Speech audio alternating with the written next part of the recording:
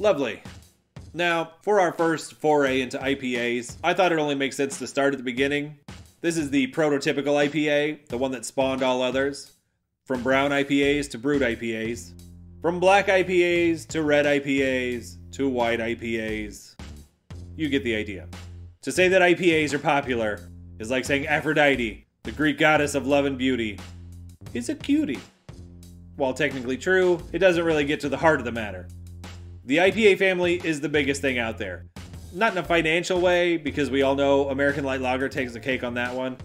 No, I mean that in the eyes of craft beer lovers, IPAs reign supreme. That's why there are so many different kinds of IPAs. That's why people are content to wait in line for hours, just for a taste of some hazy offerings from Treehouse Brewing. Say what you want about that kind of behavior, but there's no question that the obsession with hops is very, very real. It's kind of a shame then that the original IPA, the English IPA, has fallen so far out of favor. They just don't drink like a contemporary IPA. They're not anything like American IPAs, and those are the ones that people freak out about. English IPAs are not as strong, they are more malty, and they don't feature any big, bright, New World hops. It's like England is content to pretend it's still the late 1700s. I guess it's no different than that ugly American move where you tell Brits about how we saved their asses in WW2. It's more fun to harken back to a time when your country was at its peak, instead of facing up to the harsh reality that your country sucks. It doesn't even really matter what country you're from, it probably sucks right now. Unless you're from Denmark or fucking Switzerland, they're still pretty cool, I guess. Anyway, I think a big reason why there hasn't been much innovation in the field of IPAs in England is because of the way they used to tax their beers.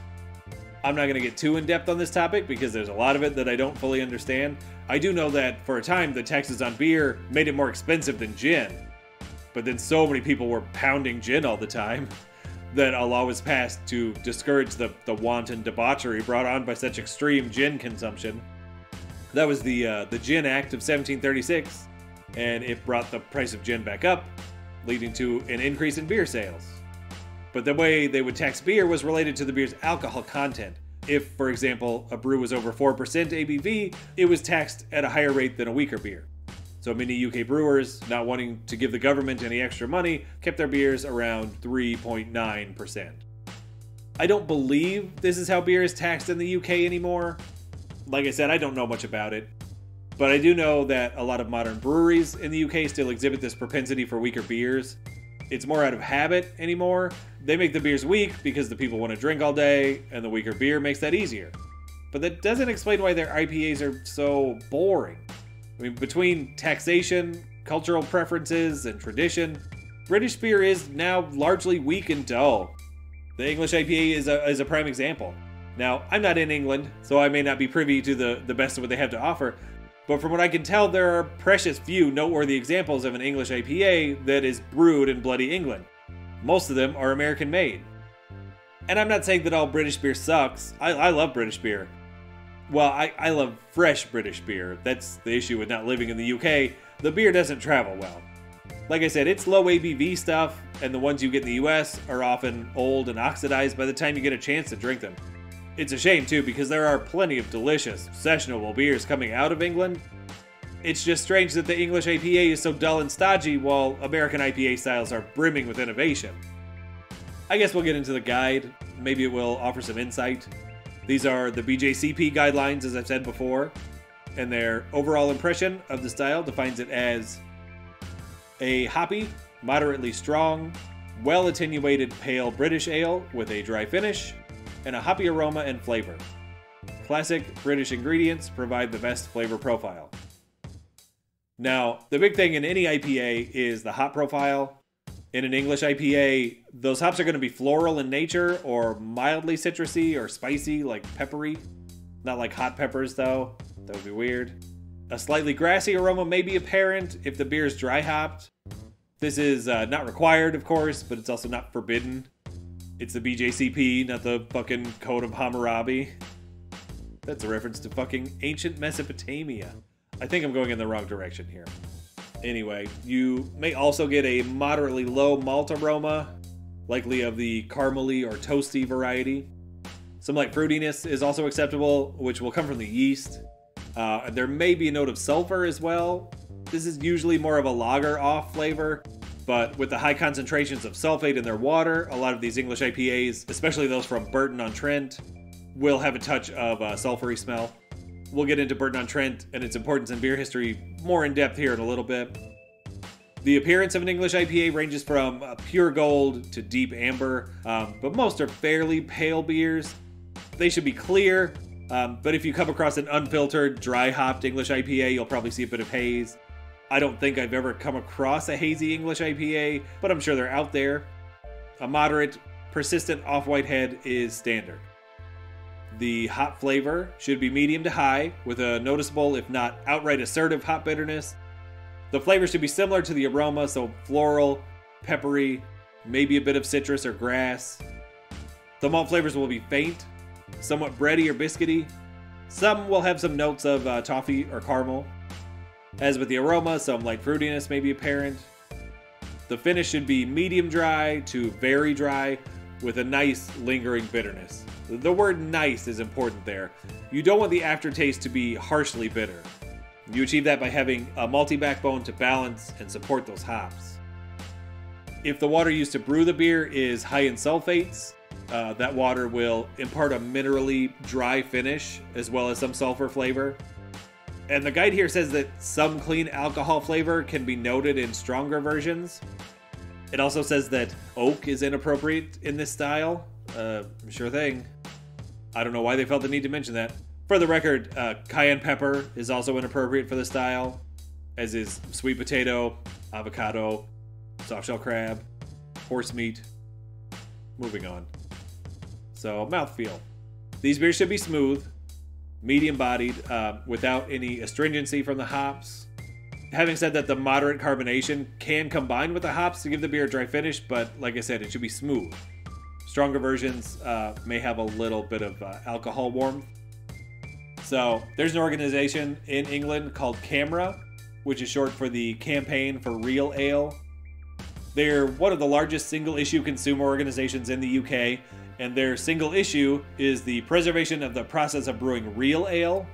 Real ale being a natural product, brewed using traditional ingredients, and left to mature in the cask, from which it is served in the pub through a process called secondary fermentation. Now, none of that is really important to us at the moment. I only bring it up because CAMRA also has some feelings about the current state of the English IPA. Many modern examples labeled IPA are quite weak in strength. According to CAMRA, so-called IPAs with strengths of around 3.5% are not true to style. English beer historian Martin Cornell says that beers like this are not really distinguishable from an ordinary bitter. This is all taken from the BJCP, as they tend to agree with CAMRA and Martin Cornell rather than the breweries that are putting out these subpar IPAs. So the BJC is saying that yes, there are plenty of English IPAs that don't match the standards they've set forth in their guidelines, but that's more the fault of the people brewing these weak-ass IPAs, not a mistake on the part of the BJCP. So I guess take that, British brewers. BJCP is straight up calling you lot out. It's not just nitpicking on the part of the BJCP though, there's an actual historical precedent for these beers to be higher in alcohol, just like there's a reason they are so aggressively hopped. It's all a part of that famous origin story that I teased in the intro. IPA, as many of you already know, is short for India Pale Ale. These beers were shipped to India in the late 1700s, as England was doing its whole imperialism thing. India was too hot for brewing, and weaker beers were too perishable to endure the long journey to the Far East, so IPAs were the perfect solution. Now, before we get too into this, let me start with some caveats. The attributes of IPAs that helped them make the trip to India in good condition were that they were higher alcohol, well attenuated, and highly hopped beers. But that does not mean that other beers, such as porters for instance, were not also shipped to India. Nor does it mean that IPAs were invented for the sole purpose of being sent to India. It doesn't mean that the alcohol content of IPAs was unusual for the time. And it doesn't mean that the heavy hopping of IPAs was odd in any way, shape, or form. Why did IPAs come to be named as such while other beers did not? Well, I don't have a good answer for that. I guess I shouldn't have brought it up. Now, with that out of the way, let's continue. The first name that comes to mind when discussing how IPAs came to be is George Hodgson of the Bow Brewery. He used his connections to the East India Company to essentially take over the beer export market to India. Hodgson is not the inventor of the IPA, merely its most well-known early exporter. The name India Pale Ale didn't come about until the early 1800s. As with all English beers with a long history, the specific details can be a bit hazy. IPAs were a hit overseas, but they didn't really take off in England until the brewers at Burton-on-Trent got into the game. These breweries, with their high sulfate gypsum water, were able to make beers that were crisp and dry, with beautiful clarity and striking bitterness. Brewers like William Bass and Samuel Alsop redefined their style to suit their water, creating a new breed of crisp, hoppy beers that became the most popular style in 1830s England, taking that title from a previous Beer Barrels and Blockbusters entry, the English Porter. It was also around this time that the name India Pale Ale was first used. These beers were very tasty, yes, but another reason they became so popular had to do with the cups they were served in. Just as IPAs were coming onto the scene, a British tax on glass was removed, paving the way for glass drinking vessels. The widespread availability of glassware to drink these beautiful clear beers in only helped to increase their popularity. Because who wants to drink a dark, murky porter when you can drink bubbly liquid gold? Over the years, though, the popularity of the English IPA waned, as did its alcohol content. There were a couple factors at play in that. One is the development of the Pilsner, a crisp, clean, refreshing pale lager that took the world by storm and nearly killed the English IPA before it had a chance to get going. The other factor was domestic. Taxes based on ABV, pushed by the temperance movement, led to many brewers lowering the ABV of their IPAs. They also lowered the amount of hops used to cut costs. Over the years, English IPAs became unrecognizable, at times hard to distinguish from a British bitter. During the 1900s, IPAs were virtually non-existent. It was not until American craft brewers in the 70s and 80s came about that the style was rediscovered and reintroduced to a new group of beer lovers. These new craft IPAs were inspired by the English IPA, yes, but they were also heavily tweaked to fit the taste of a more modern palate. These are the IPAs that we're more familiar with today, as some of them are still hanging around. They're not considered English IPAs, though. They are American IPAs. As far as characteristic ingredients of an English IPA go, they traditionally use English hops, particularly as finishing hops. Pale ale malt and attenuative British ale yeast are also common. Refined sugar can be found in some versions. The sulfate character from Burton type water is common too, but it is not essential to the style. Like I said, some English IPAs resemble British bitters, but they should have more hops and less fruitiness and less caramel malt than a British bitter or pale ale. They will also have less hop intensity and a more pronounced malt flavor than your typical American IPA. For vital statistics, we have an IBU range from 40 to 60.